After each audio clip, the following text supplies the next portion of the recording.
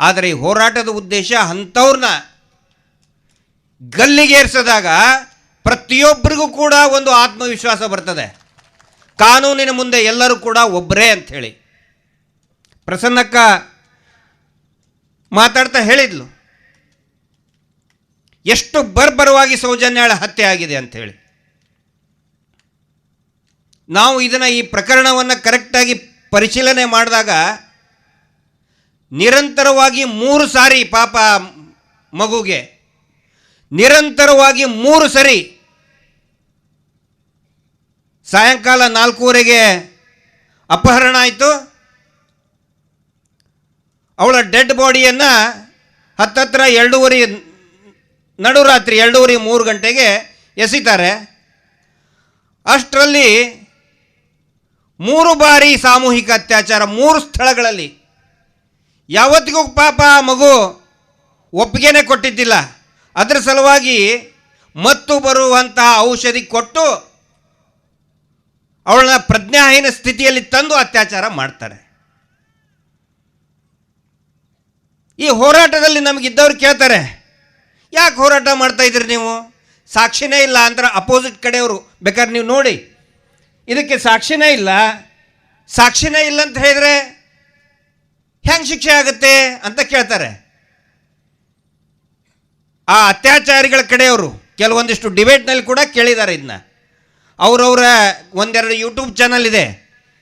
ಸಾಕ್ಷಿನೇ ಇಲ್ಲಪ್ಪ ಹೆಂಗೆ ಶಿಕ್ಷೆ ಆಗುತ್ತೆ ಅಂತ ಕೇಳ್ತಾ ಇದ್ದಾರೆ. ಹಾಗಿದ್ರೆ ಸಾಕ್ಷಿನೇ ಇಲ್ಲ ಅಂತ ಹೇಳಿದರೆ ಸಂತೋಷ್ ರಾವ್ನ ಯಾಕಪ್ಪ ಅರೆಸ್ಟ್ ಮಾಡಿದ್ರಿ? ಸಹಜ ತಾನೇ. ಈ ಪ್ರಕರಣದಕ್ಕೆ ನಿಮ್ಗೆ ಸಾಕ್ಷಿನೇ ಇಲ್ಲ ಅಂತ ಹೇಳಿದರೆ ಪಾಪ ಸಂತೋಷ್ ರಾವ್ನ 7 ವರ್ಷದ ತನಕ ಜೈಲಿನಲ್ಲಿ ಯಾಕಿಟ್ರಿ? ಮತ್ತೆ ಅವನ ಮೇಲೇ ಯಾಕೆ ಅಪೀಲಿಗೆ ಹೋದ್ರಿ? ಈಗ ಅವರು ಕೇಳೋ ಪ್ರಶ್ನೆಯಲ್ಲಿನೇ ಉತ್ತರ ಇದೆ, ಅವರ ಕುತಂತ್ರ ಇದೆ. ಸಾಕ್ಷಿ ಇಲ್ಲ ಅಂತ ಹೇಳ್ತಾರಲ್ಲ, ಮತ್ತು ಸಂತೋಷ್ ರಾವ್ ಯಾಕೆ ಸಿಕ್ಕಾಕ್ಸಿದ್ರಿ ಅಂದೆ. ಇನ್ನೊಂದು, ಈಗ ತಾನೇ ಮೋಹಿತರು ಹೇಳಿದರು ಸಂತೋಷ್ ರಾವ್ಗೆ ಇನ್ನೂ ನೋಟಿಸೇ ಬಂದಿಲ್ಲ ಅಂಥೇಳಿ. ಆಗಲೇ ಒಂದು 2-3 ದಿನದಿಂದ ಎಲ್ಲರೂ ಹೇಳ್ತಾ ಇದ್ದಾರೆ ನೋಟಿಸ್ ಬಂತು ಅಂತ. ಬಹುಶಃ ನನಗನ್ಸುತ್ತೆ ನೋಟಿಸ್ ಬಂದರೆ ಮೋಹಿತರಿಗೆ ಗೊತ್ತಾಗಬೇಕು ಅದು ಫಸ್ಟು. ಆದರೆ ಅವ್ರಿಗಿಂತ ಮೊದಲು ಅವ್ರಿಗೆ ಗೊತ್ತಾಗಿದೆ. ಹೀಗಾಗಿ ಸಂತೋಷ್ ರಾವ್ನ ನೋಟಿಸು ಧರ್ಮಸ್ಥಳಕ್ಕೆ ಬಂದಿರ್ಬೋದು ಮೊದಲು, ಅವ್ರ ಮಾಹಿತಿ ಕೇಂದ್ರಕ್ಕೆ, ಆ ಶೀನಪ್ಪಣ್ಣಕ್ಕೆ ಬಂದಿರಬೇಕು. ಬಹುಶಃ ದತ್ತಕ್ಕೇನೋ ತೊಗೊಂಡಿದ್ದಾರೆ ಕಾಣ್ತದೆ. ಹೀಗಾಗಿ ಸಂತೋಷ್ ರಾವ್ ನೋಟಿಸ್ ಯಾವ ಪೇಪರಲ್ಲಿ ಬಂದಿಲ್ಲ, ಎಲ್ಲೂ ಇಲ್ಲ, ಫಸ್ಟ್ ಇವರಿಗೆ ಗೊತ್ತಾಗುತ್ತೆ. ಫಸ್ಟ್ ಇವರೇ ಹೇಳ್ತಾರೆ. ಅಂದರೆ ಮೋಸ್ಟ್ಲಿ ನೋಟಿಸ್ ಇವ್ರಿಗೆ ಕೊಟ್ಟಿರಬೇಕು ಅಂತೇಳಿ. ಈ ಸಾಕ್ಷಿಗಳ ಬಗ್ಗೆ ಇವತ್ತಿನ ಈ ಒಂದು ಸಭೆಯಲ್ಲಿ ನಿಮಗೆ ಅಚ್ಚರಿ ಆಗುತ್ತೆ. ಕೆಲವೊಂದಿಷ್ಟು ದಾಖಲೆಗಳನ್ನು, ಆ ದಾಖಲೆ ಆಧಾರದ ಮೇಲೆ ನಿಮ್ಮ ಗಮನಕ್ಕೆ ತರ್ತಾ ಇದ್ದೇನೆ. ಇದ್ರ ಜೊತೆಗೆ ಯಾರು ಈ ಕಾರ್ಯಕ್ರಮವನ್ನು ಲೈವಲ್ಲಿ ನೋಡ್ತಾ ಇದ್ದಾರೆ ಮತ್ತು ಮುಂದೆ ಬರುವಂಥ ದಿನಗಳಲ್ಲಿ ಯೂಟ್ಯೂಬ್ನಲ್ಲೆಲ್ಲ ನೋಡ್ತಾ ಇದ್ದಾರೆ, ವಿಶೇಷವಾಗಿ ಕಾನೂನಿನ ಬಗ್ಗೆ ಅರಿವಿರೋರು, ವಕೀಲರು ಇರ್ಬೋದು, ಪೊಲೀಸ್ ಇಲಾಖೆಯ ಸ್ನೇಹಿತರು ಇರ್ಬೋದು, ಮತ್ತು ಇದರಲ್ಲಿ ಆಸಕ್ತಿ ಇರುವಂಥ ಅನೇಕ ಸ್ನೇಹಿತರಿಗೆ ಬಹುಶಃ ತಮಗೆಲ್ಲರಿಗೂ ಅಚ್ಚರಿ ಆಗುತ್ತೆ. ಸಾಕ್ಷಿ ನಾಶದ ಬಗ್ಗೆ ಒಂದು ಕಂಪೇರಿಟಿವ್ ಅನಾಲಿಸಿಸ್ ಮಾಡಿದ್ದೀವಿ ನಾವು, ದಿನಾಂಕದ ಸಮೇತ. ಯಾವ ದಿನಾಂಕ ಯಾವ ಸಾಕ್ಷಿ ಸತ್ತು ಹೋದ, ಮತ್ತು ಆ ಸಾಕ್ಷಿ ಹೇಳುವನು ಸತ್ತಾಗ ಪ್ರಕರಣ ಯಾವ ಹಂತದಲ್ಲಿತ್ತು, ತನಿಖೆ ಯಾವ ಹಂತದಲ್ಲಿತ್ತು ಅಂಥೇಳಿ ಒಂದು ಕಂಪೇರಿಟಿವ್ ಅನಾಲಿಸಿಸ್ ಮಾಡಿದ್ದೀವಿ. ಫಸ್ಟ್ ಒನ್ ಹಾಕಿ. ಸೌಜನ್ಯ ಪ್ರಕರಣದಲ್ಲಿ ಸಾಕ್ಷಿ ನಾಶದ ವಿವರ ನೋಡಿ. ಎಲ್ಲರೂ ಕೂಡ ಸಾಕ್ಷಿ ನಾಶದ ಬಗ್ಗೆ ನಾವು ಮಾತಾಡಿದ್ದೀವಿ. ಆದರೆ ಇದನ್ನು ಒಂದು ಕಂಪೇರಿಟಿವ್ ಅನಾಲಿಸಿಸ್ ಮಾಡಿದರೆ, ಅಂದರೆ ತುಲನೆ ಮಾಡಿದರೆ ನಮಗೆ ಸರಿಯಾದ ಒಂದು ಚಿತ್ರಣ ನಮ್ಮ ಗಮನಕ್ಕೆ ಬರ್ತದೆ, ಏನೇನು ನಡೀತು ಅಂಥೇಳಿ. ಒಂದನೇದ್ದು ವಾರ್ಜಾ ಆಚಾರ್ತಿ ಯಾರು ಅಂತ ಹೇಳಿದರೆ, ಇವ್ರನ್ನ ಆನ್ ರೆಕಾರ್ಡ್ ತೊಗೊಂಡಿಲ್ಲ, ಆನ್ ರೆಕಾರ್ಡ್ ಇವ್ರನ್ನ ಸಾಕ್ಷಿಯಾಗಿ ತೊಗೊಳ್ಳಿಲ್ಲ. ಯಾಕಂತ ಹೇಳಿದರೆ ವಾರ್ಜಾ ಧೀರಜ್ ಕೆಲ್ಲಾನ ಮನೆ ಕೆಲಸದವಳು. ಪೀಲಿಯಾದಲ್ಲಿ ಅವ್ರದ್ದು ಫಾರ್ಮ್ ಹೌಸ್ ಒಂದು ಮನೆ ಇದೆ. ಬೆಳ್ತಂಗಡಿಯಿಂದ ಗುರುವಾಯನ ಕೆರೆಗೆ ಹೋಗಬೇಕಾದ್ರೆ ಅಲ್ಲಿ ಒಂದು ರೋಡಿನ ಎಡಗಡೆನೇ ಅವ್ರ ತೋಟದ ಮನೆ ಇದೆ. ಅಲ್ಲಿ ಆ ವಾರ್ಜಾಚಾರ್ತಿ ಅದು ತೀರ್ಕೊಳ್ತಾಳೆ ಅವಳು. ಅಂದರೆ ಬಾವಿಯಲ್ಲಿ ಬಿದ್ದು ಅವಳ ಹೆಣ ಸಿಕ್ಕಿದ್ದೇನಂತ ಹೇಳಿದರೆ ಬಾವಿಯಲ್ಲಿ ಬಿದ್ದಂಥ ಸ್ಥಿತಿಯಲ್ಲಿ ಅವಳ ಹೆಣ ಸಿಗುತ್ತೆ. ಯಾಕೆ ಅವಳು ಸತ್ತು ಹೋಗ್ತಾಳಂತ ಹೇಳಿದರೆ, ಈ ಸೌಜನ್ಯ ಪ್ರಕರಣ ಟಿ ವಿನಲ್ಲೆಲ್ಲ ಬರೋಕ್ಕೆ ಸ್ಟಾರ್ಟ್ ಆಗುತ್ತೆ ಅವಾಗ 2012ರಲ್ಲಿ. ಆಮೇಲೆ 2013ರಲ್ಲಿ ಸಿಕ್ಕಾಪಟ್ಟೆ ಮಹೇಶ್ ಶೆಟ್ಟರು ಟಿ ವಿ 9ಗೆ ಹೋದಾಗ ಬಹಳ ದೊಡ್ಡ ಮಟ್ಟದೊಂದು ಹೋರಾಟ ಪ್ರಾರಂಭ ಆಗುತ್ತೆ. ಅವಾಗ ಅವಳು ಹೇಳ್ತಾ ಇರ್ತಾಳೆ, ಅವಾಗವಾಗ ವಾರ್ಜಾಚಾರ್ತಿ, ಸೌಜನ್ಯಾಳ ಫೋಟೋ ನೋಡಿ ಟಿ ವಿಯಲ್ಲಿ, ಇದೇ ಹೆಣ್ಮಗು ಅಲ್ವಾ ನಮ್ಮ ದಣಿಗಳು ನಮ್ಮ ಮನೆಗೆ ಅವತ್ತಿನ ಸಾಯಂಕಾಲ ಇದೇ ಹೆಣ್ಮಗುನೇ ನಮ್ಮ ಮನೆಗೆ ತಗೊಂಡು ಬಂದಿದ್ರು ಅಂತ ಸಾಯಂಕಾಲ ಆದಮೇಲೆ ಆ ಕೆಲಸದವಳು ಎಲ್ಲ ಊರಲ್ಲೆಲ್ಲ ಮಾತಾಡ್ತಾ ಇರ್ತಾಳೆ ಅವಳು. ಇವ್ರು ಹೆಂಗೋ ಮ್ಯಾನೇಜ್ ಮಾಡಿರ್ತಾರೆ. ಆದರೆ 14/10/2013 ಅವಳು ಸತ್ತಂಥ ದಿನಾಂಕ ಮೇಲ್ಗಡೆ ಸೆಕೆಂಡ್ ಕಾಲಮ್ ಅಲ್ಲ, ಅದನ್ನ ಇಟ್ಬಿಡಿ, ಅದನ್ನ ತೆಗಿಬೇಡಿ. ಸೆಕೆಂಡ್ ಕಾಲಮು ಸತ್ತಂಥದ್ದು ಯಾವ ಡೇಟಿಗೆ ತೀರ್ಕೊಂಡ್ರು ಅನ್ನೋದು 14/10/2013 ಡೇಟ್ ನೆನಪಿಟ್ಕೊಳ್ಳಿ. ಯಾವಾಗ ಅವಳು ಅಂದರೆ ಅವಳು ಡೆಡ್ ಬಾಡಿ ಬೀಳ್ತದೆ ಅಂತ ಹೇಳಿದರೆ, ಸಿರಿಗೌರಿ ನೇತೃತ್ವದಲ್ಲಿ SP ಮೇಡಮ್ ಸಿರಿಗೌರಿ ನೇತೃತ್ವದಲ್ಲಿ ಒಂದು ಟೀಮ್ ಬರ್ತದೆ ಬೆಳ್ತಂಗಡಿಗೆ. COD ಇದು 2ನೇ ಹಂತ. ಅಂದರೆ ಯಾರು ಇವನು ದರಿದ್ರ ಮುನಿ, ಅವನು ಓಡಿ ಹೋಗಿಬಿಟ್ಟಿರ್ತ, ಮುಗಿದು ನನಗಾಗಲ್ಲ ಹೆದರ್ಕೊಂಡು ನನಗೆ ದಾವಣಗೆರೆಗೆ ಕಳಿಸ್ರಿ ಅಂಥೇಳಿ ರಿಟೈರ್ಡು ಆಗಿರ್ತದೆ. ಒಂದು ದರಿದ್ರ ಮುನಿದು ಎಲ್ಲ ಪ್ಯಾಕೇಜ್ ತೊಗೊಂಡು ಓಡಿ ಹೋಗಿಬಿಟ್ಟಿರ್ತಾನೆ.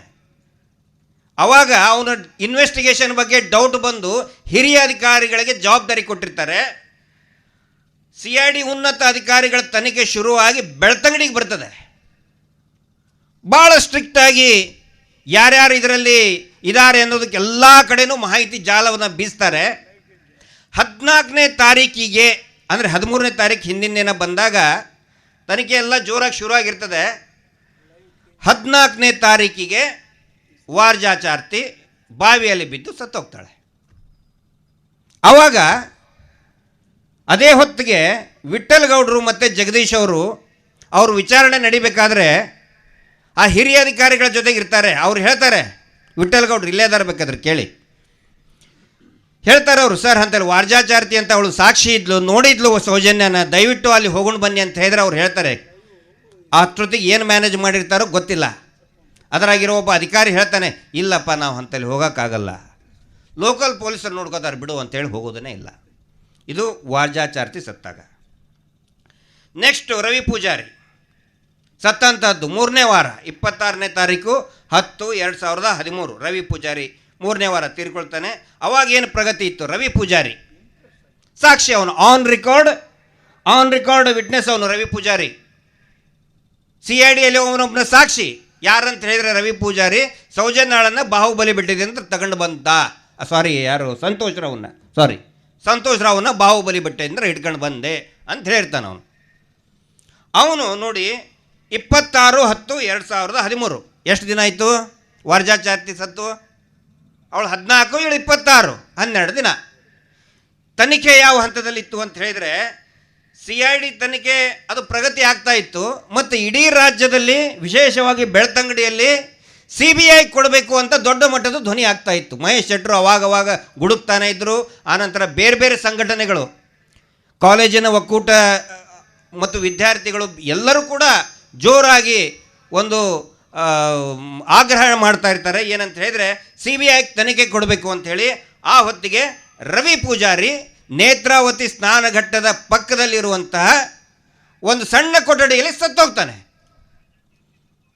ಯಾವ ಪೋಸ್ಟ್ ಮಾರ್ಟಮ್ ರಿಪೋರ್ಟ್ ಇಲ್ಲ, ಕೊಡೋದಿಲ್ಲ, ಏನೂ ಇಲ್ಲ. ವಾರ್ಜಾಚಾರ್ತಿದು ಅಡ್ಗೆ. ತಾರೀಕೆಷ್ಟು? 26/10. 3ನೇದು ಬರೋಣ, ಗೋಪಾಲಕೃಷ್ಣ ಗೌಡ ಅಂತ. 5ನೇ ತಾರೀಕು 11 ಅಂದರೆ 5ನೇ ತಾರೀಕು ನವಂಬರ್ಗೆ ತೀವ್ರ ಅಸ್ವಸ್ಥ ಆಗಿಬಿಡ್ತಾನೆ. ಅವ್ನಿಗೆ ಏನಾಗುತ್ತೋ ಯಾರಿಗೂ ಗೊತ್ತಾಗಲ್ಲ ಪಾಪ. ಅವನು ಸಾಕ್ಷಿ. ಅಸ್ವಸ್ಥ ಆಗ್ತಾನೆ. ಆಮೇಲೆ ಸ್ವಲ್ಪ ಒಂದಿಷ್ಟು ತಿಂಗಳಾದಮೇಲೆ ಸತ್ತು ಹೋಗ್ತಾನೆ. ಅವನು ಕೋರ್ಟಿಗೆ ಬರಲ್ಲ. ಅವನು ಕೋರ್ಟಿಗೆ ಬರೋದೇನಿಲ್ಲ. ಅವನಿಗಾಗಿದ್ದೆ ಅವಾಗ 5ನೇ ತಾರೀಕಿಗೆ ತೀವ್ರವಾಗಿ ಅಸ್ವಸ್ಥನಾಗ್ತಾನೆ. ನೆಕ್ಸ್ಟು ದಿನೇಶ್ ಗೌಡ 20/11/2013 ಆಕ್ಸಿಡೆಂಟ್ ಆಗಿ ಬಾಲಕೃಷ್ಣ ಪೂಜಾರಿ ಅನ್ನೋನು ಆಕ್ಸಿಡೆಂಟ್ ಮಾಡ್ತಾನೆ. ಯಾರ ಬಾಲಕೃಷ್ಣ ಪೂಜಾರಿ ಅಂತ ಹೇಳಿದರೆ, ಸೌಜನ್ಯಾಳ ಹತ್ಯೆ ಆದಾಗ ಮರುದಿನ ಅವಳ ತಾಯಿನ ಹಾಸ್ಪಿಟಲ್ನಲ್ಲಿ ಒಂದು ಕೊಠಡಿಯಲ್ಲಿ ಕೂಡ ಹಾಕಿ ಕುಸುಮಾವತಿಗೆ ಅಂದರೆ ಮಾನಸಿಕವಾಗಿ ಅವಳಿಗೆ ಅಸ್ವಸ್ಥಳಾಗಿದ್ದಾಳೆ, ಯಾರೂ ಕೂಡ ಮೀಡಿಯಾ ಪರ್ಸನ್ ಮಾಧ್ಯಮದವರು ಬರಲೇಬಾರ್ದು ಅಂಥೇಳಿ ತಾಕೀತು ಮಾಡಿದ್ದವನು ಅದೇ ಬಾಲಕೃಷ್ಣ ಪೂಜಾರಿ. ಯಾವಾಗ 20ನೇ ತಾರೀಕು 11ನೇ ತಿಂಗಳು ನವಂಬರ್ 20ನೇ ತಾರೀಕು ದಿನೇಶ್ ಗೌಡ ಆಕ್ಸಿಡೆಂಟ್ ಮಾಡಿ ಅವನು ಕೊಲ್ತಾನೆ. 20ನೇ ತಾರೀಕಿಗೆ ದಿನೇಶ್ ಗೌಡನ ಯಾಕೆ ಅಂತ ಹೇಳಿದರೆ, ದಿನೇಶ್ ಗೌಡನಿಗೆ ಇದ್ರ ಇಂಚು ಕೂಡ ಗೊತ್ತಿರ್ತದೆ. ಹೀಗಾಗಿ ಅವನು ಮಹೇಶ್ ಶೆಟ್ಟರ್ ಜೊತೆಗೆ ಸೌಜನ್ಯ ನ್ಯಾಯಪರ ಹೋರಾಟದಲ್ಲಿ ಬಹಳ ಉತ್ಸುಕನಾಗಿರ್ತಾನೆ ಅವನು. ಯಾಕಂದರೆ ಅವನಿಗೆ ಗೊತ್ತಿರ್ತದೆ, ಗೊತ್ತದ ಸಾಕ್ಷಿಗಳು ಯಾರ್ಯಾರು ಹಿಂಗೆ ಯಾವ ರೀತಿ ಕೊಲೆ ಆಯಿತು ಅಂತ ಸರಿಯಾಗಿ ಗೊತ್ತಿರ್ತದೆ. ಅವನು ಸಾಕ್ಷಿ ಆಗೋದಕ್ಕೂ ರೆಡಿ ಇರ್ತಾನೆ. ಆನ್ ರೆಕಾರ್ಡ್ ಸಾಕ್ಷಿ ಅಲ್ಲ ದಿನೇಶ್ ಗೌಡ. ಇದರಲ್ಲಿ ಅವನು ಸಾಕ್ಷಿ ಮಾಡಬೇಕಂದ್ರೂ ಕೂಡ ಅವನು ಮಾಡಿಸೋದಕ್ಕೆ ಬಿಡೋದಿಲ್ಲ. 20ನೇ ತಾರೀಕಿಗೆ ಅವನು ಸತ್ತು ಹೋಗ್ತಾನೆ, ನವಂಬರ್ 20ನೇ ತಾರೀಕಿಗೆ.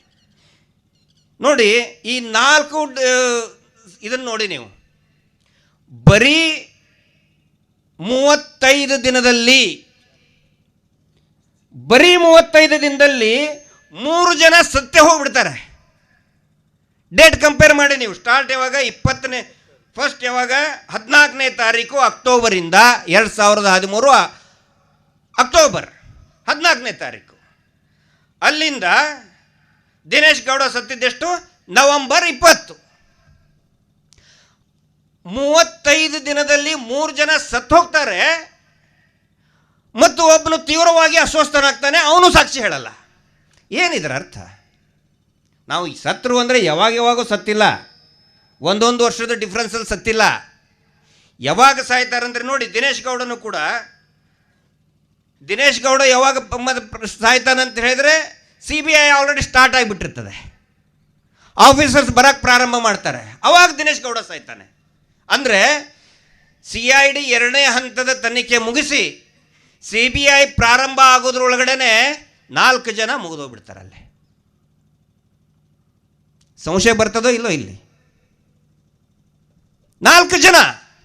ಆನಂತರ ಇನ್ನೊಬ್ಬನು ಲಾಸ್ಟಿಗೆ ಹರೀಶ್ ಮಡಿವಾಳನ ಬಗ್ಗೆ ವಿತ್ CCTV ಫುಟೇಜ್ ಇಟ್ಟು ನಾನು ತೋರಿಸಿದ್ದೀನಿ. ಧರ್ಮಸ್ಥಳದಿಂದ ಉಜ್ರೆಗೆ ಹೋಗೋ ರಸ್ತೆಯಲ್ಲಿ ಅವನು 31/12/2021 ತೀರ್ಕೋತಾರೆ. ಕೇಳಬಹುದು 2020 ಹರೀಶನ ಇಂಪಾರ್ಟೆನ್ಸ್ ಏನು ಇದರಲ್ಲಿ ಅಂಥೇಳಿ. ಹರೀಶ್ ಮಡಿವಾಳಂದು ಏನು ಅಂತ ಹೇಳಿದರೆ, ಸೌಜನ್ಯ ಮತ್ತು ಸಂತೋಷ್ ರಾವ್ನ ಅವನು ಒಟ್ಟಿಗೆ ನೋಡಿದ್ರು. ಅವನು ನೋಡಿದವ್ರು ಯಾರು? ಹರೀಶ್ ಮಡಿವಾಳ ಅಂತ. ನೋಡಿದರೆ ಮತ್ತೆ ಕೋರ್ಟಿಗೆ ಬರಬೇಕಲ್ಲ, ಅವನು ಕೋರ್ಟಿಗೆ ಬರಬೇಕಲ್ಲ.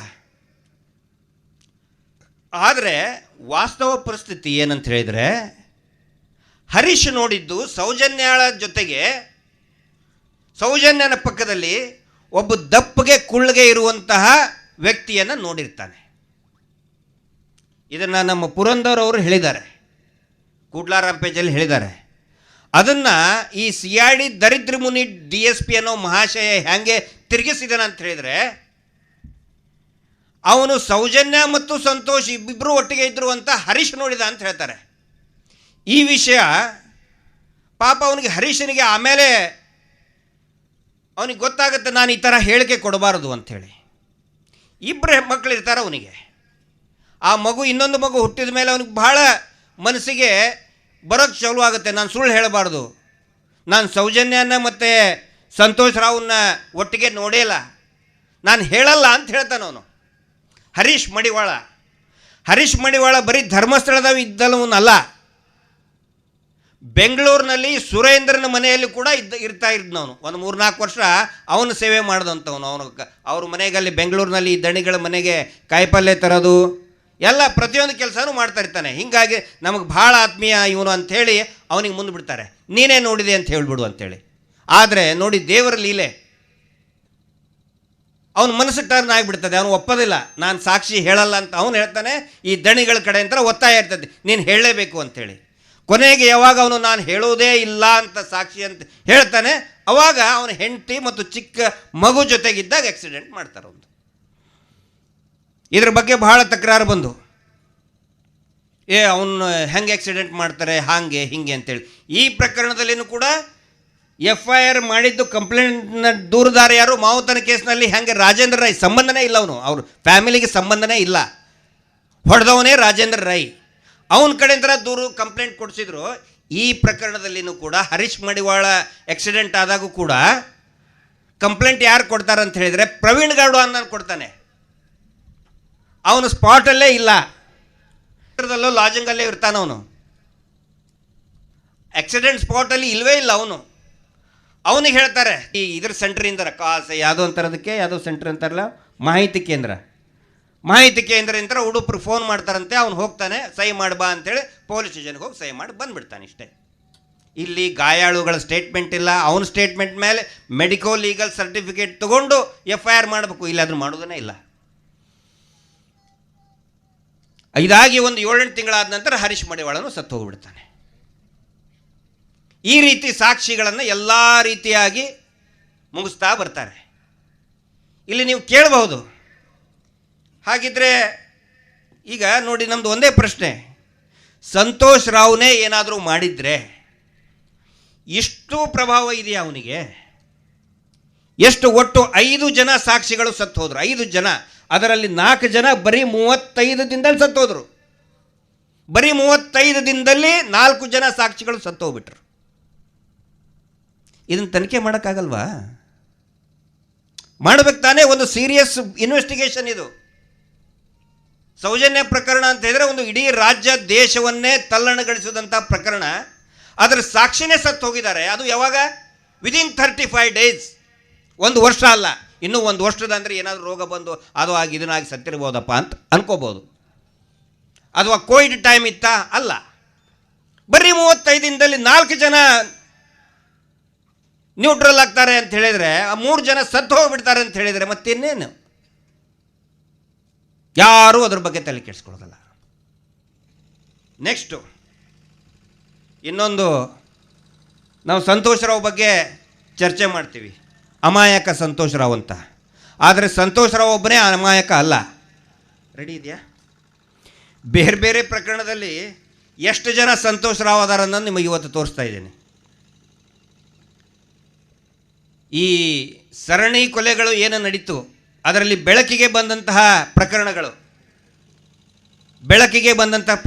ಫಸ್ಟ್ ವೇದವಲ್ಲಿ ಪ್ರಕರಣ 1977ರಲ್ಲಿ ನಡೆದಂಥ ವೇದವಲ್ಲಿ ಪ್ರಕರಣದಲ್ಲಿ, ಆವಾಗ ಆರೋಪಿತನನ್ನು ಯಾರನ್ನ ಮಾಡೋಕ್ಕೆ ಪ್ರಯತ್ನ ಪಟ್ಟರು ಅಂತ ಹೇಳಿದರೆ ಸ್ವತಃ ವೇದವಲ್ಲಿಯ ಗಂಡ ಡಾಕ್ಟರ್ ಹರಳೆ ಅವ್ರನ್ನ. ಪಾಪ ಅವರು ತನ್ನ ಹೆಂಡತಿ ಸತ್ತಿದ್ದಾಳೆ ಅಂತೇಳಿ ಅವರು ಹೊಡೆದಾಡ್ತಾ ಇದ್ದಾರೆ, ಅಳ್ತಾ ಇದ್ದಾರೆ. ಹರಳೆನೇ ಮಾಡಿರಬೇಕು ಅಂಥೇಳಿ ಪೊಲೀಸರಿಗೆಲ್ಲ ಹೇಳಿ ಅವ್ರನ್ನ ಸಿಕ್ಸಾಕೋಕ್ಕೆ ನೋಡಿದರು, ಹರಳೆ ಅವ್ರನ್ನ. ನೆಕ್ಸ್ಟು ಅವಾಗ ಅದನ್ನು ನಿಜವಾಗ್ಲೂ ಮಾಡಿದ್ದು ಯಾರು ಅಂತ ಹೇಳಿದರೆ ಎಲ್ಲರಿಗೂ ಗೊತ್ತಿದೆ. ಆ ದಣಿಗಳ ನಿರ್ದೇಶನದ ಮೇಲೆ ನಾರಾಯಣ ಕಮ್ತ ಮಾಡಿದ್ದದನ್ನು. ನಾರಾಯಣ ಕಾಮತು ಮತ್ತು ದಣಿಗಳು ಎಲ್ಲ ಸೇರಿಕೊಂಡು ನಮ್ಮ ಮೇಲೆ ಕೋರ್ಟಿಗೆ ಹೋದ್ಲಿ ಇವಳು ವೇದವಲ್ಲಿ ಅಂಥೇಳಿ ಪ್ರಮೋಷನ್ಗೋಸ್ಕರ ಅವಳನ್ನ ಅತ್ಯಾಚಾರ ಮಾಡಿ ಸುಟ್ಟು ಹಾಕ್ತಾರೆ. ಆದರೆ ಆರೋಪ ಮಾಡಿದ್ದು ಯಾರ ಮೇಲೆ? ಅಮಾಯಕ ಹರಳೆ, ಡಾಕ್ಟರ್ ಹರಳೆ. ಪಾಪ ಆ ವೇದವಲ್ಲಿಯ ಗಂಡ ಎಷ್ಟೋ ವರ್ಷದ ತನಕ ಸೌಜನ್ಯ ನ್ಯಾಯಪರ ಹೋರಾಟ ಪ್ರಾರಂಭ ಆದಾಗಲೂ ಕೂಡ ಇದೇ ರೀತಿ ಹಳ್ಳಿಗಳಲ್ಲಿ ಹೋಗಿ ಬಂದು ಅವರು ಹೋರಾಟದ ಪರವಾಗಿ ನಿಂತಂಥವ್ರು, ಅವ್ರ ಮೇಲೆ ಆರೋಪ ಮಾಡಿದರು. ನೆಕ್ಸ್ಟ್ ಪದ್ಮಲತಾ ಪ್ರಕರಣ 1987-86 ಡಿಸೆಂಬರ್ನಲ್ಲಿ ಅಪಹರಣ ಆಯಿತು. 87 ಜನವರಿಯಲ್ಲಿ ಡೆಡ್ ಬಾಡಿ ಸಿಕ್ತು. ಅಲ್ಲಿ ವಸಂತ್ ಕುಲಾಲ್ ಅಂತ, ಕಾಯರ್ ತಡ್ಕಾದ ವಸಂತ್ ಕುಲಾಲ್ ಅಂತ ಅವನು ಏನು ಮಾಡ್ತಾ ಇದ್ದ ಅಂದರೆ ಜೀಪ್ ಡ್ರೈವರ್ ಇದ್ದವನು, ಜೀಪ್ ಡ್ರೈವರ್ ಹುಡುಗ. ಅವತ್ತಿನ ಇವನು ಏನು ಅರೆಸ್ಟ್ ಮಾಡ್ಕೊಂಡು ಹೋದ್ರಲ್ಲ, ಅವನು ಯಾವುದು ಅಯ್ಯಪ್ಪ ಸ್ವಾಮಿಗೆ ಮಾಲೆ ಹಾಕೋದ್ರಕ್ಕಿಂತ ಮುಂಚೆ ಶೇವಿಂಗ್ ಮಾಡ್ಕೊಂಡು ಬರ್ತಾರೆ ಎಲ್ಲ ಹುಡುಗರು. ಅದರ ಸಲುವಾಗಿ ಪಾಪ ಹೋಗಿದ್ದ ಅವನು. ಅಲ್ಲಿಂದ ಹಿಡ್ಕೊಂಡು ಬಂದಿದ್ದಾರೆ ಅವನಿಗೆ ಗೊತ್ತಿಲ್ಲ ಏನಾಗ್ತಾ ಇದೆ ಅನ್ನೋದೇ ಗೊತ್ತಿಲ್ಲ. ವಸಂತ್ ಕುಲಾಲ್ ಅವ್ರ ತಂದೆ ಪಾಪ ಹೂವಪ್ಪ ಅಂಥೇಳಿ, ಹೂವಪ್ಪ ಕುಲಾಲ್ ಅವ್ರ ಮನೆಗೆ ಹೋದಾಗ ಹೇಳ್ತಾ ಇದ್ರು ಪರಿಸ್ಥಿತಿ. ಕರ್ಕೊಂಡು ಹೋಗಿ ಬರೀ ಹೊಡಿದೆ ಅವನಿಗೆ ಪೊಲೀಸ್ ಸ್ಟೇಷನ್ನಲ್ಲಿ, ಯಾವುದು ಪುಂಜಾಲ್ಕಟ್ಟೆ ಪೊಲೀಸ್ ಸ್ಟೇಷನ್ಗೆ. ಅಲ್ಲಿ ಕರ್ಕೊಂಡು ಹೋಗಿ 3 ದಿನ ನಿರಂತರವಾಗಿ ಹೊಡೆಯುವುದೇ ಅವನಿಗೆ. ನಿಮಗೆ ಇವರು ಹೇಳಿದ್ದವರು. ಆವಾಗ ಅವರು ಪಾಪ ಆ ಮನೆಯವ್ರಿಗೂ ಕೂಡ ಗೊತ್ತಿಲ್ಲ ಎದಕ್ಕೆ ಕರ್ಕೊಂಡು ಹೋಗಿದ್ದಾರೆ ಅಂತೇಳಿ, ಅವನಿಗೂ ಗೊತ್ತಿಲ್ಲ. ಪೊಲೀಸ್ ಸ್ಟೇಷನ್ ಒಳಗಡೆ ಹೋದ್ಮೇಲೆ ಆಮೇಲೆ ಹೇಳ್ತಾರೆ ನೀನು ಒಪ್ಕೋ ಅಂಥೇಳಿ. ಆಮೇಲೆ ಎಲ್ಲರಿಗೂ ಕೂಡ ಗೊತ್ತಾಯಿತು ಇವರು ಈ ಪದ್ಮಲತಾ ಇದರಲ್ಲಿ ಇವನ್ನೇ ತೊಗೊಂಡು ಹೋಗಿದ್ದಾರೆ ಅಂಥೇಳಿ. ಇಲ್ಲಿ ಒಂದು ಮೊನ್ನೆ ನಾವು ಕಾರ್ಯತಡಕಕ್ಕೆ ಹೋದಾಗ ಒಂದು ಅಚ್ಚರಿ ನಡೀತು. ಏನಂತ ಹೇಳಿದರೆ, ನಮ್ಮ ಜೊತೆಗೆ ಲಕ್ಷ್ಮಣನ್ ಅವರು ಬಂದಿದ್ದರು, ದೊಡ್ಡ ಮುಖಂಡರು. ಅವರು ಕಮ್ಯುನಿಸ್ಟ್ ಪಾರ್ಟಿ ಅಂತ ಆವಾಗಿನ ಕಾಲದಲ್ಲಿ ಎರಡು ಬಹಳ ದೊಡ್ಡ ಪ್ರಮುಖ ಪಕ್ಷಗಳು ಕರಾವಳಿಯಲ್ಲಿ, ಒಂದು ಕಮ್ಯುನಿಸ್ಟು, ಇನ್ನೊಂದು ಕಾಂಗ್ರೆಸ್ಸು. ಬಿ ಜೆ ಪಿ ಅಷ್ಟೊಂದು ಸ್ಟ್ರಾಂಗ್ ಇರಲಿಲ್ಲ ಆವಾಗ ಈ ವಸಂತ ಏನಿದಾನಲ್ಲ, ವಸಂತ ಪಾಪ ಅಮಾಯಕ, ಅವ್ರ ತಂದೆ ಕಾಂಗ್ರೆಸ್ಸಿನ ಮುಖಂಡರು. ಲಕ್ಷ್ಮಣ್ ಅವರು ಪೂರ್ತಿ ತಂಡ ಏನಿದೆ ಅವರು ಕಮ್ಯುನಿಸ್ಟ್ ಮುಖಂಡರು. ಈ ಇವನಿಗೇನು ಹೇಳಿಸ್ಬಿಟ್ಟಿದ್ದಾರೆ ದಣಿಗಳ ಕಡೆಯವರು, ಈ ವಸಂತ ಕುಲಾಲನ ಅಪ್ಪ ಹೂವಪ್ಪ ಕುಲಾಲಿಗೆ ಹೇಳಿದ್ದಾರೆ, ನೋಡು ಈ ಕಾಂಗ್ರೆಸ್ಸು ಕಮ್ಯುನಿಸ್ಟು ಇಬ್ಬರಿಗೂ ಆಗಬರಲ್ಲ, ಆ ಲೀಡ್ರ್ ಏನಿದಾರಲ್ಲ ಲಕ್ಷ್ಮಣ, ಅವನೇ ನಿನ್ನ ಮಗನ ಸೇರಿಸ್ಬಿಟ್ಟಿದ್ದಾನೆ, ಅವನೇ ನಿನ್ನ ಮಗನ ಹೆಸರು ಪೊಲೀಸರು ಹೇಳಿದಾರೆ ಅಂತ ಫಿಟ್ಟಿಂಗ್ ಇಟ್ಬಿಟ್ಟಿದ್ದಾರೆ. ಹೀಗಾಗಿ ಈ ತಪ್ಪು ಕಲ್ಪನೆ 35 ವರ್ಷದ ತನಕನೂ ಇತ್ತಂತೆ. ಮೊನ್ನೆ ನಾನು ಹೋದಾಗ ಲಕ್ಷ್ಮಣವ್ರು ನನ್ನ ಮುಂದೆ ಹೇಳಿದರು, ನೋಡು ಹೂವಪ್ಪ, ನನ್ನ ಬಗ್ಗೆ ನಿನಗೆ ಈ ರೀತಿ ಹೇಳಿ ಮಿಸ್ಅಂಡರ್ಸ್ಟ್ಯಾಂಡಿಂಗ್ ಮಾಡಿದ್ರು, ಇವತ್ತು ನಾನು ನಿನಗೆ ಸ್ಪಷ್ಟನೆ ಕೊಡ್ತಾ ಇದ್ದೇನೆ ಅಂತೇಳಿ 35 ವರ್ಷ ಆದ ಮೇಲೆ ಮೊನ್ನೆ ಲಕ್ಷ್ಮಣ್ ಅವರು ಹೇಳಿದರು, ಪಾಪ ಅವರ ವಸಂತನ ತಂದೆ ಹೂವಪ್ಪ ಕುಲಾಲಿಗೆ. ಅಂದರೆ ಯಾವ ರೀತಿ ಮಾಡ್ತಾರೆ ನೋಡಿ ಇವರು. ಅದನ್ನು ವಸಂತನ ಹಿಡಿದುಕೊಟ್ಟವರು ಇದೇ ದಣಿಗಳ ಕಡೆ ಅವ್ರ ಗ್ಯಾಂಗ್ನವರೇ. ವಸಂತನ ಹೋಗಿ ಸಿಕ್ಕಾಕಿಬಿಟ್ರು. 3 ದಿನ ಹೊಡೆದ್ರು. ಆಮೇಲೆ ಎಲ್ಲರೂ ಜನ ಎದ್ದರು. ನೀವೇನಾದರೂ ಬಿಡಲಿಲ್ಲ ಅಂದರೆ ದೊಡ್ಡ ಮಟ್ಟದ ಪ್ರತಿಭಟನೆ ಶುರುವಾಗುತ್ತೆ ಅಂತ ಹೇಳಿದಾಗ ವಸಂತನ ಬಿಟ್ಟು ಕಳಿಸ್ತಿದ್ರು. ಇಲ್ಲ ಅಂತಂದರೆ ಅವನು ಏನಾಗ್ತಿತ್ತು, 11 ವರ್ಷದ ತನಕ ಜೈಲಲ್ಲಿ ಅವನು ಆರೋಪಿನ ಮಾಡ್ತಿದ್ರು. ಇದು ಪದ್ಮಲತಾ ಪ್ರಕರಣದಲ್ಲಿ.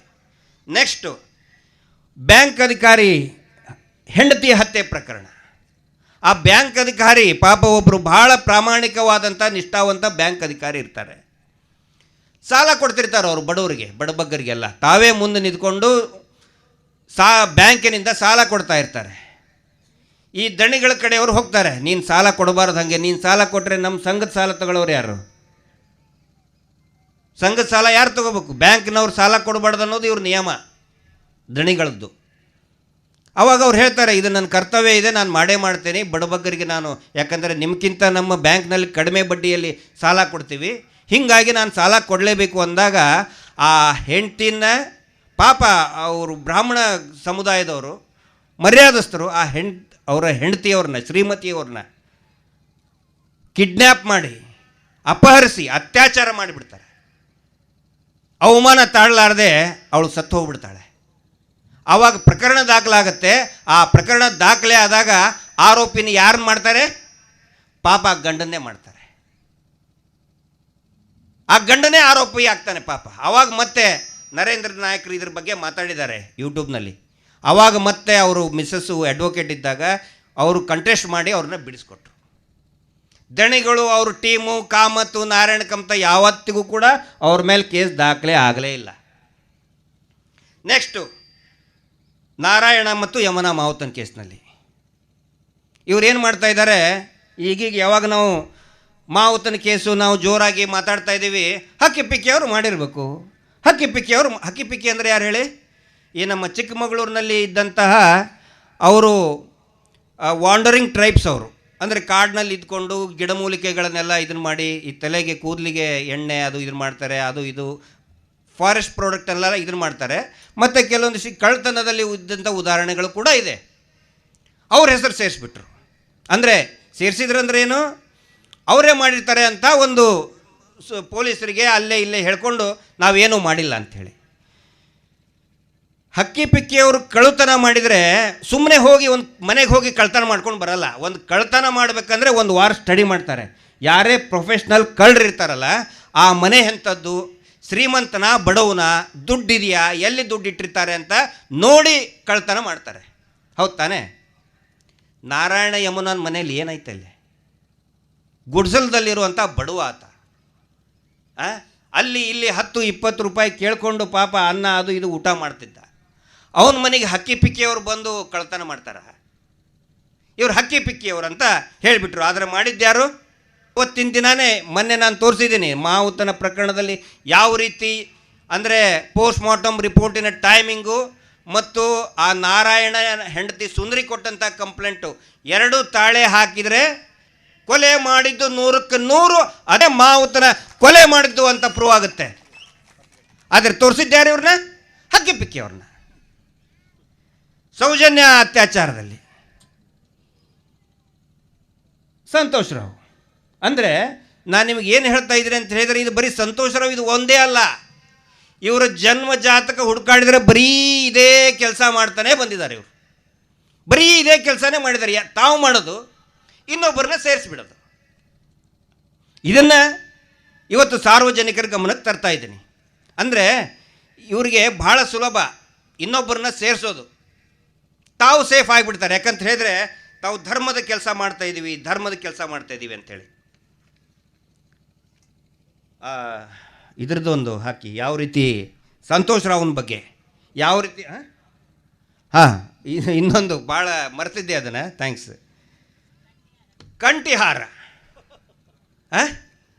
ಕಂಠಿಹಾರದಲ್ಲಿ ನೋಡಿ ಪಾಪ ಆ ಚಿತ್ರನಟಿಯವರು ನನಗೆ ಬಹಳ ಆತ್ಮೀಯರಾಗಿದ್ದವರು. ನಾನು ಫಿಲ್ಮ್ ಬೋರ್ಡ್ ಚೇರ್ಮನ್ ಆಗಿದ್ದೆ ನಾನು 2007 ನಂತರ 2009 ಒಳಗಡೆ ಕರ್ನಾಟಕ ಫಿಲ್ಮ್ ಬೋರ್ಡ್ ಚೇರ್ಮನ್ ಆದಾಗ ಅವರು ವಾಣಿಜ್ಯ ಮಂಡಳಿ ಅಧ್ಯಕ್ಷರಾಗಿದ್ದರು ಮತ್ತು ಬಹಳ ದೈವಭಕ್ತರು. ಅವರು ದೈವಭಕ್ತರು ಆಗಿರೋದ್ರಿಂದಲೇ ಕಂಠಿಹಾರವನ್ನು ವಾಪಸ್ ತಂದು ಕೊಟ್ಟಿದ್ದಾರೆ. ಅಷ್ಟು ಭಕ್ತಿ ಅವರಿಗೆ ಧರ್ಮಸ್ಥಳ ಅಂದರೆ. ಭಾಳಷ್ಟು ಸಿನಿಮಾಗಳಲ್ಲಿ ನಟಿಸಿದ್ದಾರೆ, ಒಳ್ಳೆಯ ಹೆಸರು ತೊಗೊಂಡಿದ್ದಾರೆ. ಒಬ್ಬ ಒಳ್ಳೆಯ ಚಿತ್ರನಟಿಯವರು, ಪ್ರಮುಖರು, MLC ಕೂಡ ಆಗಿದ್ದರು ಈ ರಾಜ್ಯದ. ಆದರೆ ಪಾಪ ಅಂಥವ್ರಿಗೆ ನೋಡಿ ಇವನೇನು ಮಾಡಿದ್ದ, ತಾನು ಅವ್ರ ತಾಯಿದು ಒಯ್ದು ಕಂಠಿಹಾರ ಇವ್ರ ಕೊಳ್ಳಿಗೆ ಕಟ್ಟಿದ್ದಾನೆ. ಆರೋಪ ಮಾಡಿದ್ಯಾರ ಮೇಲೆ ಪಾಪ ಕೊಂಡೆಯವ್ರ ಮೇಲೆ, ಕೊಂಡೆಗೆ ಕೊಂಡಿ ಹಾಕಿಬಿಟ್ರು. ಅಂದರೆ ಇವ್ರಿಗೆ ಸ್ವಲ್ಪ ಆದರೂ ನಾಚಿಕೆ ಮಾನ ಮರ್ಯಾದೆ ಬೇಕಲ್ಲ, ಸ್ವಲ್ಪ ಆದರೂ ನಾಚಿಕೆ ಮಾನ ಮರ್ಯಾದೆ ಬೇಕು. ಅದೇನೋ ಈಗ ಟ್ರೆಂಡ್ ಆಗ್ತಾಯಿದೆ ಇದರಲ್ಲಿ ಭಾಳ ಕರಿಮಣಿ, ನನಗೆ ಹೇಳಕ್ಕೆ ಬರಲ್ಲ ಅದು. ಅಂದರೆ ಇವ್ ಆ ನಂತರ ಅದು ಮುಟ್ಟಿಲ್ಲ, ಅದು ಅಲ್ಲಿ ಮುಟ್ಟೇ ಇಲ್ಲ. ಈ ಡೈಮಂಡ್ ಸ್ವಾಮೀಜಿ ಒಯ್ದಿದ್ದಾರೆ ಅಂತ ಕಾಣಿಸ್ತದೆ, ಅದು ಬೇಡ ಅಂಥೇಳಿ. ಅಂದರೆ ಇವರು ಮಾಡೋದು ಇಷ್ಟು ಥರ್ಡ್ ಕ್ಲಾಸ್ ಕೆಲಸ. ನನಗಿಷ್ಟು ಅಸಹ್ಯ ಅನಿಸುತ್ತು ಆ ಕಂಠಿಹಾರದ ಬಗ್ಗೆ ನೋಡಿದಾಗ. ತಾಯಿದು ಪಾಪ, ಅದು ತಾಯಿದು ಕದ್ದು ಇವ್ರು ಕೊಳ್ಳ ಕಟ್ಟಿದ್ದಾನೆ. ಆಮೇಲೆ ಒಯ್ದು ಕೊಂಡೆ ಹಾಕಿದ್ದಾನೆ. ಆಮೇಲೆ ಅವರು ಹರಕೆ ಹೊತ್ತರಂತೆ. ಅವ್ರದ್ದು ಶ್ರೀಮತಿಯವರು ಹೇಳಿದರು, ಪಾಪ ಎಂಥ ಸಿಚುವೇಶನ್ ಹೇಳಿದರು. ಅವರ ಮಗಳ ತುಂಬು ಗರ್ಭಿಣಿಯನ್ನು ಈ ನಾರಾಯಣ ಕಾಮತ ಕಾರಲ್ಲಿ ಹೋಗ್ಬೇಕಾದ್ರೆ ಕಾರ್ ನಿಲ್ಲಿಸ್ತಾನಂತೆ. ನಡು ರಾತ್ರಿ ಕಾರ್ ನಿಂದಿಸ್ತಾನೆ ನಾರಾಯಣ ಕಾಮತ. ನಿಲ್ಲಿಸಿ ಕಾರ್ ಕೀ ತಗೋತಾನೆ. ಆ ಕಾರ್ ಒಳಗಡೆ ಇವರು ತುಂಬು ಗರ್ಭಿಣಿ ಮಹಿಳೆ ಇರ್ತಾಳೆ, ಅದನ್ನು ಲೆಕ್ಸೋದಲ್ಲ. ಯಾಕೆ ಕಾಮತ ಅವರೇ ಕೀ ತಗೋತಾ ಇದ್ದೀರಾ ಅಂತ ನಮಿರಾಜ್ ಕೊಂಡೆ ಅವ್ರು ಕೇಳ್ತಾರೆ. ಅವಾಗಂತಾನೆ ಅದನ್ನು ದಣಿಗಳ ಕಡೆ ಇಸ್ಕೊಂಡು ಬಾ ನೀನು. ದಣಿಗಳು ಹೇಳಿದ್ದಾರೆ ನಿಲ್ಲಿಸು ಅಂತ, ಕಾರ್ ನಿಲ್ಲಿಸು ಅಂತೇಳಿ. ಧರ್ಮದ ಕೆಲಸ ಮಾಡೋರು, ಧರ್ಮದ ಬಗ್ಗೆ ಮಾತಾಡೋರು, ರಾಮರಾಜ್ಯ ಬರಬೇಕು ಅಂಥೇಳಿ ದೊಡ್ಡ ದೊಡ್ಡ ಭಾಷಣ ಮಾಡೋರು. ಇದು ಪರಿಸ್ಥಿತಿ. ಇನ್ನು ಈ ಸರಣಿ ಕೊಲೆ ಮತ್ತು ಅತ್ಯಾಚಾರದ ಬಗ್ಗೆ ಮಾಧ್ಯಮದ ಜೊತೆಗೆ ಇವರು ಯಾವ ರೀತಿ ನಡ್ಕೊಂಡಿದ್ದಾರೆ ಅಂಥೇಳಿ ಇದನ್ನು ಹೇಳಿ SP ಬರೋಣ. ನೋಡಿ, ಸರಣಿ ಕೊಲೆಗಳು ಏನು ನಡೀತಾ ಇತ್ತು ನಿರಂತರವಾಗಿ 2012ರವರೆಗೆ ಮಾಧ್ಯಮಗಳ ಜೊತೆಗೆ ಇವರು ಯಾವ ರೀತಿ ವರ್ತನೆ ಮಾಡಿದರು ಅಂತ. ವೇದವಲ್ಲಿ ಪ್ರಕರಣ ಆದಾಗ ಅಮೃತ ಅಂತ ಪತ್ರಿಕೆ ಇತ್ತು. ಅಮೃತ ಅಂತ ಪತ್ರಿಕೆ, ಕೆ ಶಂಕರ್ ಭಟ್ ಅಂಥೇಳಿ, ಅವ್ರನ್ನ ನಾವು ಇವತ್ತು ನೆನೆಸ್ಕೋಬೇಕು. ಕೆ ಶಂಕರ್ ಭಟ್ ಅಂಥೇಳಿ ಪೂರ್ತಿಯಾಗಿ ಅವರ ಪತ್ರಿಕಾ ಕಚೇರಿಯನ್ನೇ ಧ್ವಂಸ ಮಾಡಿ ಹೋಗಿದ್ದಾರೆ. ಯಾಕಂತ ಹೇಳಿದ್ರೆ ವೇದವಲ್ಲಿ ಪ್ರಕರಣದನ್ನು ಎಳೆಯಾಗಿ ಬಿಚ್ಚಿಡ್ತಾರೆ ಅವರು. ಅದಾದಮೇಲೆ ಸುಮಾರು ವರ್ಷದವರೆಗೆ ಅವರು ಪತ್ತೆನೇ ಇರೋದಿಲ್ಲ ಪಾಪ ಕೆ ಶಂಕರ್ ಭಟ್ ಅಂಥೇಳಿ. ಅವ್ರನ್ನ ನೋಡಿ ಇವತ್ತಿನ ಮಾಧ್ಯಮದವರು ಕಲಿಯುವಂಥದ್ದು ಸಾಕಷ್ಟಿದೆ. ಈ ಸ್ಥಳೀಯ ಪತ್ರಿಕೆಗಳನ್ನು ನೋಡಿ ಇವತ್ತು ದೊಡ್ಡ ದೊಡ್ಡ ಕಾರ್ಪೊರೇಟ್ ಮೀಡಿಯಾ ಏನಿದೆಯಲ್ಲ ಅದನ್ನು ನೋಡಿ ಕಲಿಬೇಕು. ಇವರು ಸ್ವಲ್ಪ ಪ್ರಚಾರ ಹಾಕಿದರೆ ಇಲ್ಲಪ್ಪ ನಾವು ಪ್ರಸಾರ ಮಾಡೋದಿಲ್ಲ ಅಂತಾರೆ. ಆದರೆ ಆವತ್ತಿನ ಕಾಲದಲ್ಲಿ ಎಷ್ಟೊಂದು ಒತ್ತಡ ಇತ್ತು. ಆ ಒತ್ತಡವನ್ನು ಮೀರಿ ಅಮೃತ ಪತ್ರಿಕೆಯಲ್ಲಿ ಶಂಕರ್ ಭಟ್ ಅವರು ಇವತ್ತಿಗೂ ಕೂಡ ಇದ್ದಾರೆ. ಶಂಕರ್ ಭಟ್ ಅವರು 2 ತಿಂಗಳಿನ ಹಿಂದೆ ಬೆಂಗಳೂರಿನಲ್ಲಿ ಮತ್ತೆ ಅಮೃತ ಪತ್ರಿಕೆಯನ್ನು ಪ್ರಾರಂಭ ಮಾಡಿದ್ದಾರೆ. ನಾವೆಲ್ಲರೂ ಕೂಡ ಅವರಿಗೆ ಬೆಂಬಲವನ್ನು ಕೊಡೋಣ. ಯೂಟ್ಯೂಬನ್ನು ಕೂಡ ಪ್ರಾರಂಭ ಮಾಡಿದ್ದಾರೆ ಅವರು. ನೋಡಿ ಅವರಲ್ಲಿರುವಂಥ ಛಲ. ನನಗೆ ಕರಾವಳಿಯಲ್ಲಿ ಹಿರಿಯ ಪತ್ರಕರು ಒಬ್ಬರು ಹೇಳ್ತಾ ಇದ್ರು ಇದ್ರದ್ದು ಪೂರ್ತಿ ಅಮೃತ ಪತ್ರಿಕೆ ಅಂದರೆ ಇವ್ರ ಉದ್ದೇಶ ಏನಂತ ಹೇಳಿದರೆ, ಯಾರಾದರೂ ಪ್ರತಿಭಟನೆ ಮಾಡಿದರೆ ಅದನ್ನು ಪತ್ರಿಕೆಯಲ್ಲಿ ಪ್ರಕಟ ಆದರೆ ಆ ಪತ್ರಿಕೆಯನ್ನೇ ನಾಶ ಮಾಡಿ ಹಾಕ್ತಿದ್ರು.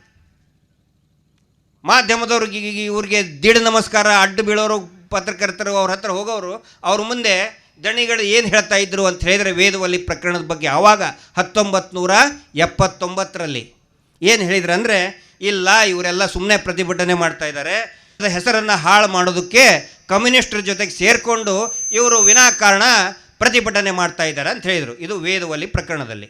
ಪದ್ಮಲತಾ ಪ್ರಕರಣದಲ್ಲಿ ಹೊಸ ದಿಗಂತ ಪತ್ರಿಕೆಯನ್ನು ಸಂಪೂರ್ಣವಾಗಿ ಹಾಳು ಮಾಡಿದರು. ನೀವು ಕೇಳ್ಬೋದು, ಹೊಸ ದಿಗಂತ ಪತ್ರಿಕೆ ಅದು ಬಲಪಂಥೀಯರ ಪತ್ರಿಕೆ, ಆದರೂ ಕೂಡ ಅದನ್ನು ಬಿಡಲಿಲ್ಲ. ಆವಾಗ ಇವರು ಕಾಂಗ್ರೆಸ್ಸಿನ ಜೊತೆಗಿದ್ರು ಇವರು. ಈಗ ಇವರು ಬಿ ಜೆ ಪಿ ಅಂತ ಹೇಳ್ತಾ ಇದ್ದಾರೆ. ಆವಾಗ ಕಾಂಗ್ರೆಸ್ಸಿನ ಜೊತೆಗಿದ್ದರು. ಹೊಸ ದಿಗಂತ ಪತ್ರಿಕೆಯನ್ನು ಸಂಪೂರ್ಣವಾಗಿ ಸರ್ವನಾಶ ಮಾಡಿ ಹಾಕಿದರು. ಆವಾಗ ಮತ್ತೆ ಪತ್ರಿಕಾ ಹೇಳಿಕೆ ಕೊಟ್ಟರು. ಪದ್ಮಲತಾ ಪ್ರಕರಣ ಬಗ್ಗೆ ಕೊಟ್ಟಂಥ ಹೇಳಿಕೆ ಏನು, ಇವರು ಅಪಪ್ರಚಾರ ಮಾಡ್ತಾ ಇದ್ದಾರೆ, ಕಮ್ಯುನಿಸ್ಟರ ಜೊತೆಗೆ ಸೇರಿಕೊಂಡು ಇವರು ಹೋರಾಟ ಮಾಡ್ತಾ ಇದ್ದಾರೆ, ಕಮ್ಯುನಿಸ್ಟರ ಜೊತೆಗೆ ಸೇರಿಕೊಂಡು ಹಿಂದೂ ಧರ್ಮವನ್ನು ಹಾಳು ಮಾಡ್ತಾ ಇದ್ದಾರೆ ಅಂತೇಳಿ ಸುಮ್ಮನಾಗ್ಬಿಟ್ರು. 3ನೇದ್ದು ಭೂಮಾಫಿಯಾ ಪ್ರಕರಣ. ನಾಗರಿಕ ಸೇವಾ ಟ್ರಸ್ಟ್ನವರು ಯಾರು ನಮ್ಮ ಸೋಮನಾಥ್ ನಾಯಕರು ಅವರ ಒಂದು ದೊಡ್ಡ ತಂಡ ಇದೆ.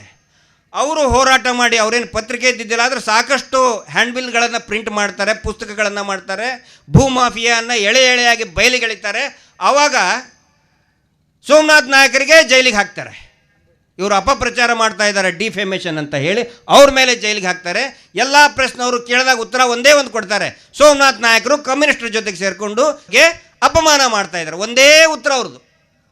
ಎಲ್ಲ ಪ್ರಕರಣದಲ್ಲಿ ಯಾರೇ ಹೋರಾಟ ಮಾಡಿದರೂ ಕೂಡ ಒಂದೇ ಒಂದು ಉತ್ತರ, ಇವರು ಅಪಮಾನ ಮಾಡ್ತಾ ಇದ್ದಾರೆ. ನೆಕ್ಸ್ಟು ಜೋಡಿ ಕೊಲೆ ಮತ್ತು ಸೌಜನ್ಯ ಕೇಸಲ್ಲಿ ಕರಾವಳಿ ಅಲೆಗೆ ಇಷ್ಟೊಂದು ಸ್ಥಳೀಯ ಪತ್ರಿಕೆ. ನಾನು ಸ್ಥಳೀಯ ಪತ್ರಿಕೆಗಳ ಬಗ್ಗೆ ಯಾಕೆ ಮಾತಾಡ್ತಿದ್ದೀನಿ ಅಂತ ಹೇಳಿದರೆ, ನಿಜವಾಗಲೂ ಕೂಡ ಅದರ ಅವಶ್ಯಕತೆ ಬಹಳ ಇದೆ. ಈ ದೊಡ್ಡ ದೊಡ್ಡ ಪತ್ರಿಕೆಗಳು ಬರೀ ಅಡ್ವರ್ಟೈಸ್ಮೆಂಟ್ ಮೇಲಿದೆ. ಅಡ್ವರ್ಟೈಸ್ಮೆಂಟ್ ಕೊಡೋರು ಯಾರು? ಇವರೇ ದಣಿಗಳು. ಕಳೆದ 4-5 ತಿಂಗಳಿಂದ ನೀವು ನೋಡಿ ಅಡ್ವರ್ಟೈಸ್ಮೆಂಟ್ ಲಿಸ್ಟು ಎಲ್ಲ ದೊಡ್ಡ ದೊಡ್ಡ ಪತ್ರಿಕೆಗಳಿಗೆ ಚಾನೆಲ್ಗಳಿಗೆ ಇದೇ ದಣಿದೇ ಇದೆ. ಹೆಚ್ಚಾಗಿ ಎಲ್ಲ ದುಡ್ಡನ್ನು ಅಡ್ವರ್ಟೈಸ್ ಮುಖಾಂತರ ಕೊಟ್ಟು ಮಾತಾಡಲಾರ್ದಂಗೆ ಮಾಡಿಬಿಟ್ಟಿದ್ದಾರೆ. ಆದರೆ ಸ್ಥಳೀಯ ಪತ್ರಿಕೆಗಳು ಮತ್ತು ನಮ್ಮ ಈ ಸಾರಿ ಹೋರಾಟ ಯಾಕೆ ಗಟ್ಟಿಯಾಗಿ ನಿಂತ್ಕೊಳ್ತು ಅಂತ ಹೇಳಿದರೆ, ಯೂಟ್ಯೂಬ್ನವರು ದೇವರ ಸಮಾನ. ಆ ದೇವರೇ ನಮ್ಮನ್ನು ಕಳಿಸ್ಕೊಟ್ರು. ಸೌಜನ್ಯಳ ಪರವಾಗಿ ನಿಂತಹ ಯೂಟ್ಯೂಬ್ ಚಾನಲ್ಲು ಏನೂ ಮಾಡೋಕ್ಕಾಗಲಿಲ್ಲ. ತಮ್ಮಣ್ಣ ಶೆಟ್ಟರು ಮಾತಾಡ್ತಾ ಇದ್ದಾರೆ, ಅವ್ರದ್ದು ಪ್ರಭಾವ ಸಿಕ್ಕಾಪಟ್ಟೆ ಆಗ್ತಾ ಇದೆ, ಕೂಡ್ಲಾರ ರಂಪೇಜ್ ಭಾಳ ಚೆನ್ನಾಗಿ ಮಾಡ್ತಾ ಇದ್ದಾನೆ ಅಂತ ಹೇಳಿ 35 ಲಕ್ಷ ರೂಪಾಯಿ ಆಫರ್ ಮಾಡಿದ್ರಂತ ಅವ್ರಿಗೆ. ಅದಕ್ಕಿಂತ ಮುಂಚೆ ಕೂಡ್ಲಾರ ರಂಪೇಜ್ಗೂ ಕೂಡ ಹೇಳಿದರು, ನಿಜವಾಗಲೂ ಇವತ್ತೇನಾದರೂ ದೊಡ್ಡ ಪ್ರಶಸ್ತಿ ಏನಾದರೂ ಕೊಡಬೇಕಾಗಿದ್ದರೆ ಅದು ತಮ್ಮಣ್ಣ ಶೆಟ್ಟರಿಗೆ ಮತ್ತು ಕೂಡ್ಲಾರ ರಂಪೇಜ್ ಅವ್ರಿಗೆ. 500 ರೂಪಾಯಿ ಸಲುವಾಗಿ ಇವತ್ತು ಪತ್ರಕರ್ತರು 500 ರೂಪಾಯಿ ಕೊಡ್ತಾರಂತ ಹೇಳಿದರೆ ಏನು ಬೇಕಾದ ಬರೀತಾರೆ.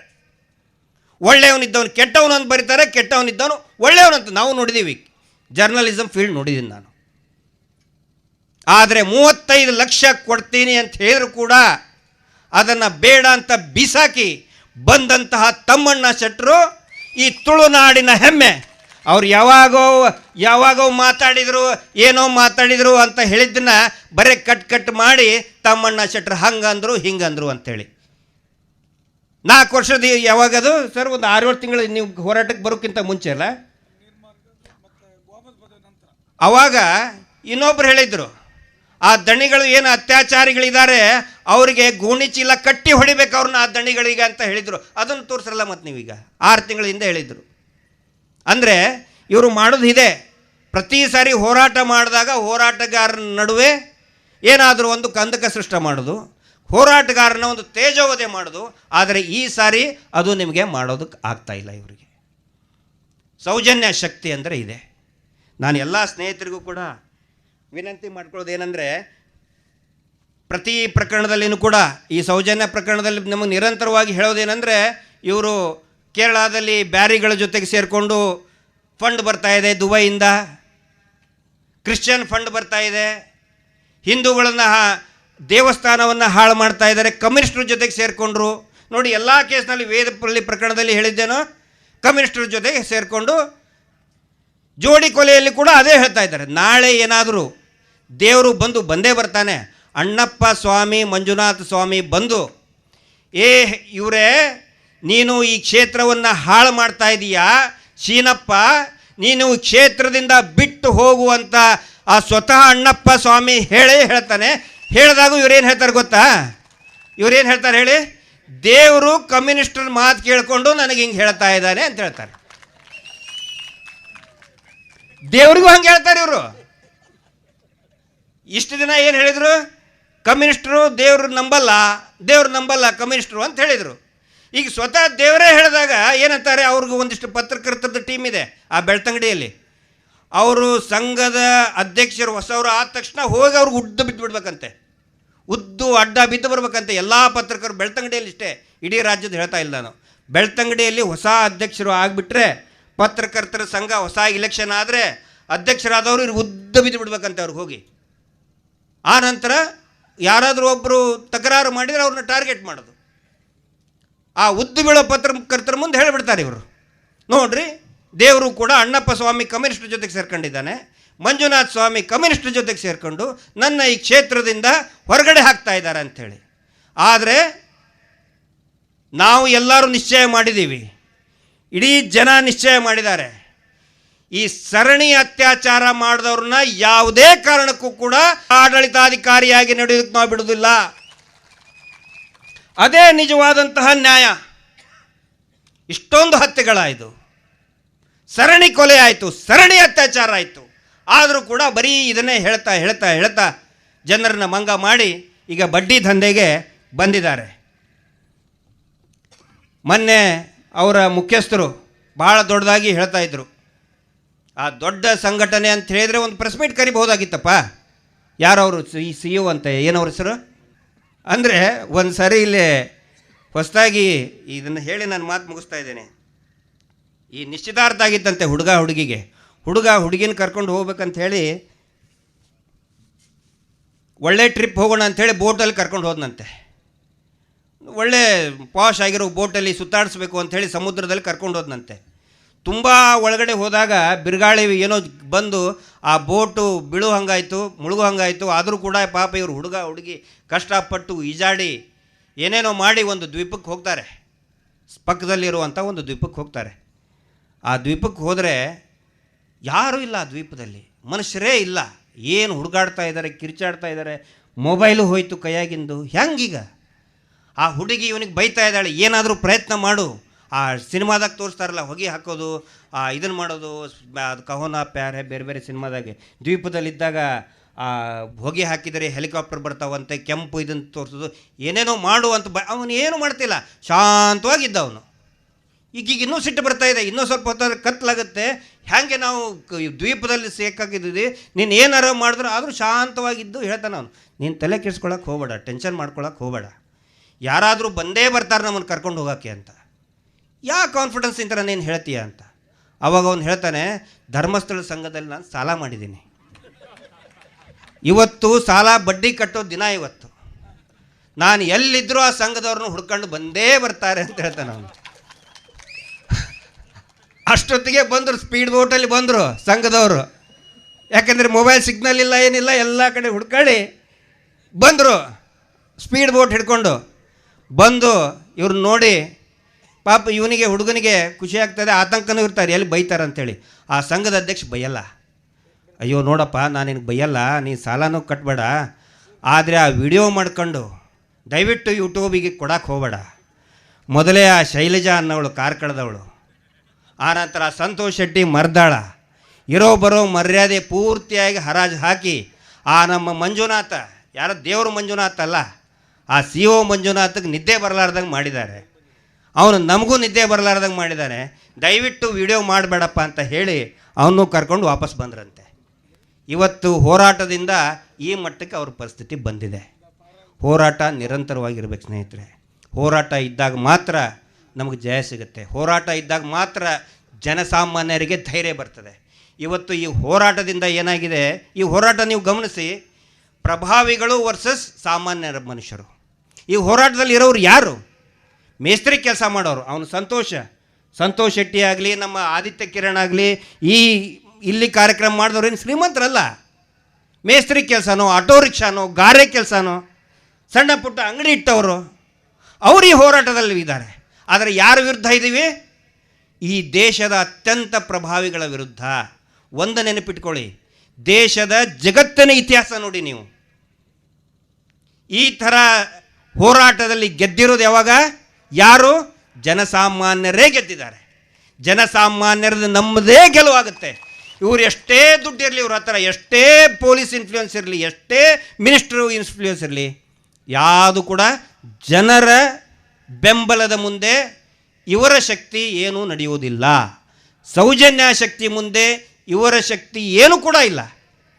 ಬರೀ ರಾಜರು ಮಾತ್ರ ಸೇರಿ ಯುದ್ಧ ಮಾಡಿದ ಗೆದ್ದಿರ ನೋಡಿದಿರೇನು ನೀವು? ಇದೆಯಾ ಉದಾಹರಣೆ ತೋರಿಸ್ಬಿಡಿ.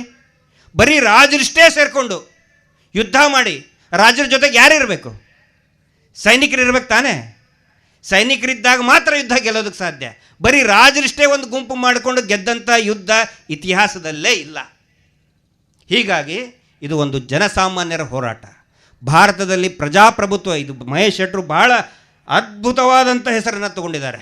ನಮ್ಮ ಅನಿಲ್ ಅಂತರವರು ಪ್ರಜಾಪ್ರಭುತ್ವ ವೇದಿಕೆಯಲ್ಲಿ ಅತ್ಯಂತ ಬಲಿಷ್ಠ ವ್ಯಕ್ತಿನೇ ಸಾಮಾನ್ಯ ವ್ಯಕ್ತಿ. ಸಾಮಾನ್ಯ ಪ್ರಜೆಗೆ ಇರುವಂಥ ಶಕ್ತಿ ಈ ದೊಡ್ಡ ದೊಡ್ಡ ಪ್ರಭಾವಿಗಳಿಗೆ ಇಲ್ಲ. ಹೀಗಾಗಿ ಎಲ್ಲ ಸಾಮಾನ್ಯರನ್ನ ಒಟ್ಟುಗೂಡಿಸಿ ಈ ಹೋರಾಟವನ್ನು ಮುಂದೆ ತಗೊಂಡು ಹೋಗ್ತಾ ಇದ್ದೀವಿ. ತಮ್ಮೆಲ್ಲರ ಆಶೀರ್ವಾದ ಸಹಕಾರ ಇರಲಿ ಅಂತ ಹೇಳಿಕೊಂಡು ಅವಕಾಶ ಕೊಟ್ಟಿದ್ದಕ್ಕೆ ಧನ್ಯವಾದಗಳನ್ನು ಹೇಳಿ, ಬೋಲೋ ಭಾರತ್ ಮಾತಾ ಕಿ, ಸೌಜನ್ಯ ನ್ಯಾಯಪರ ಹೋರಾಟಕ್ಕೆ, ಸನಾತನ ಹಿಂದೂ ಧರ್ಮಕ್ಕೆ ನಮಸ್ಕಾರ.